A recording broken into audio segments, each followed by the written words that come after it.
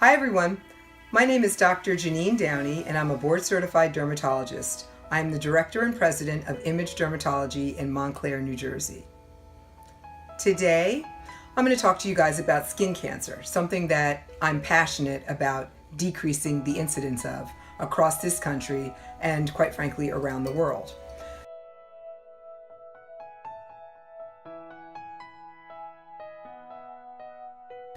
Unfortunately, there are over 4.2 million new cases of skin cancer that were diagnosed last year alone. That number is expected to increase and then increase again and continue to increase.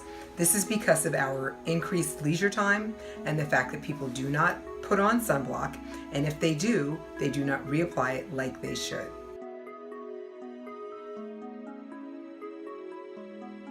Unfortunately, anybody with skin is at risk for skin cancer. That's why it's called skin cancer. So the bottom line is you see more Caucasian males over the age of 50 than anyone else with skin cancer. But the bottom line here is that pretty much after the age of 65, 1 in 5 Americans will get skin cancer.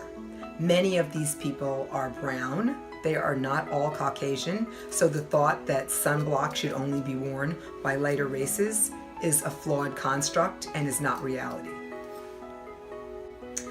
So who is most at risk for skin cancers? Like I started to say before, you see it a lot in Caucasian males over the age of 50, but you can see skin cancer in anyone and everyone. We see a lot of them in people that use tanning beds. That means there's a great increase in skin cancer in white females between the ages of 25 and 29. Many of them have melanomas. When you use a tanning beds are 12 to 15 times the ultraviolet radiation of the sun. So you're increasing your chances of getting skin cancer by over 70% by using tanning beds. So I tell people not to use tanning beds. There's no such thing as a safe tan, and there's no such thing as getting a base tan so that you tan better. Other people that are at risk for skin cancers are people that have a family history of skin cancers or that have a personal history of skin cancers. If you have either one of those two things, you need to be checked more frequently. If you have a ton of moles all over your body, you need to be checked more frequently and you're at a higher risk for skin cancer. If you've got red hair, I've got my brown hair, you need to be checked more for skin cancer.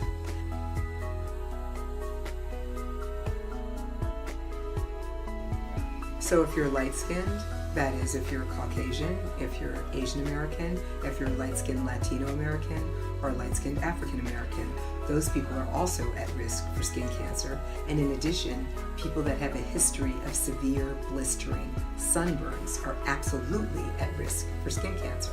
That's significant as well.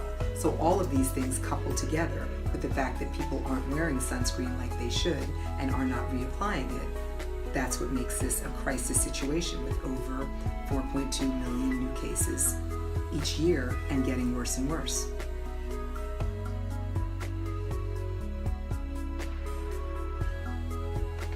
One of the most unfortunate stories that is, well known at this point is Bob Marley, the reggae legend, died of a malignant melanoma. So how this occurred is he had a streak underneath his toenail. That was a junctional nevi, in other words, a benign mole, and it changed over time and it became a malignant melanoma. African Americans and some other ethnic minorities can have these streaks in their fingernails, which are called pigment streaks. If and when they get darker and they change, they can become a skin cancer. Unfortunately, Bob Marley was misdiagnosed. He played a lot of kickball or soccer, the football they call it down in Jamaica, and they thought that it was a soccer injury. They thought it was a bruise. So by the time that he was properly diagnosed, the melanoma had already metastasized. It spread to his brain, and then it went on and it killed him. So this is just to tell you that even if you wear sunblock all the time, things like that, the doctors need to know that those are the two ethnic minorities, Asian Americans and African Americans, where you can see ALMs, that is acral lentiginous melanoma, underneath the toenail or underneath the fingernail. So doctors need to be more aware of this. And Bob Marley died at 38. He deprived us of a lot of good music as far as I'm concerned. He's still one of my favorites today.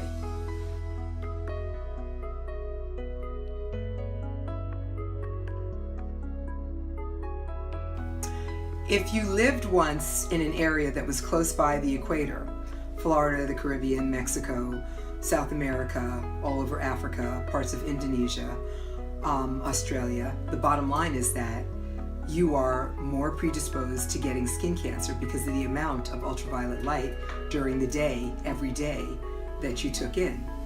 The time hours that one needs to avoid are mainly the hours between 10 o'clock in the morning and 2 o'clock in the afternoon. Those are the hours where you can get the maximal amount of burn. Of course, you can burn at 8 a.m. and of course you can burn at 5 p.m. But sun avoidance during those hours is critical. And if you are out and about, it's important to put sunblock on, reapply it, wear sun protective clothing, wear a sun protective hat, and wear sun protective sunglasses.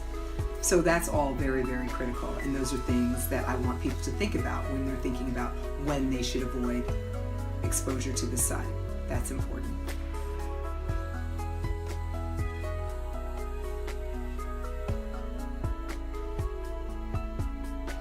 Sunscreen. So this is one of my favorite topics. My patients call me the sunscreen or sunblock police. First of all, understand that there is no true sunblock. Nothing is blocking totally from the sun unless it's nighttime. So people, we need to wear an SPF of 30 every single day, rain or shine, January through December, regardless of your ethnicity. An SPF of 15 gives you about 93.5 protection from the sun's rays. An SPF of 30 gives you about 96.7 protection from the sun's rays. When you go above a 30, it levels out around a 45, so maybe it's 97%, but even if you use an SPF of 100, it's never 100% protection against the sun's rays. So the bottom line is, if you live closer to the equator, you need to reapply it probably every hour. If you live farther away from the equator, you need to reapply it every 2 hours. At a minimum, sunscreen should be applied every 2 hours while you are out in the sun and while you're doing your daily activities.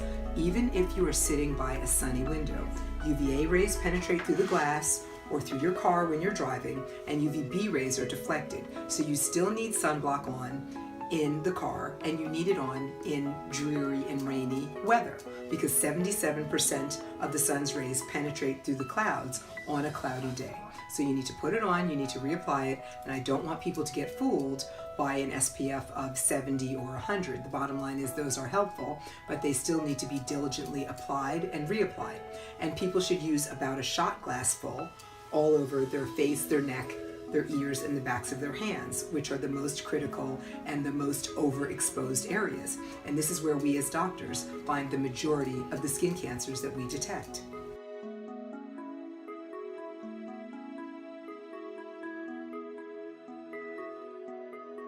The importance of self-exams with skin cancer is obvious. The bottom line is that so many of my patients come in here on an almost daily basis and they say to me, "Hey, Dr. Downie, that mole is changing." And I say to them, "Okay," and we talk about it, and many times I biopsy it. They help me save their lives. So if you see a mole that's changing, that's important to bring it to the attention of your board-certified dermatologist. So once a month, I ask my patients, just pick a day of the month. Typically, I say if you're born on the 27th of the month, like I was for October, I pick that day and I go through my skin head to toe and I make sure that I have no abnormal moles. I look at my back, I look everywhere. If there's something I see that's different, I'll show it to my husband and I'll ask him if he thinks it's different. So it's important that you look at yourself once a month and make sure no moles are changing.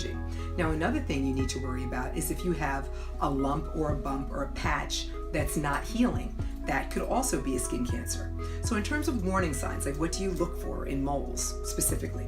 Asymmetry, there's the A, B, C, Ds of melanoma. So A is asymmetry. So if you have a mole on yourself that can't fold back on itself, so it's jagged and it's asymmetrical, that is a mole that could be a problem, that could be changing.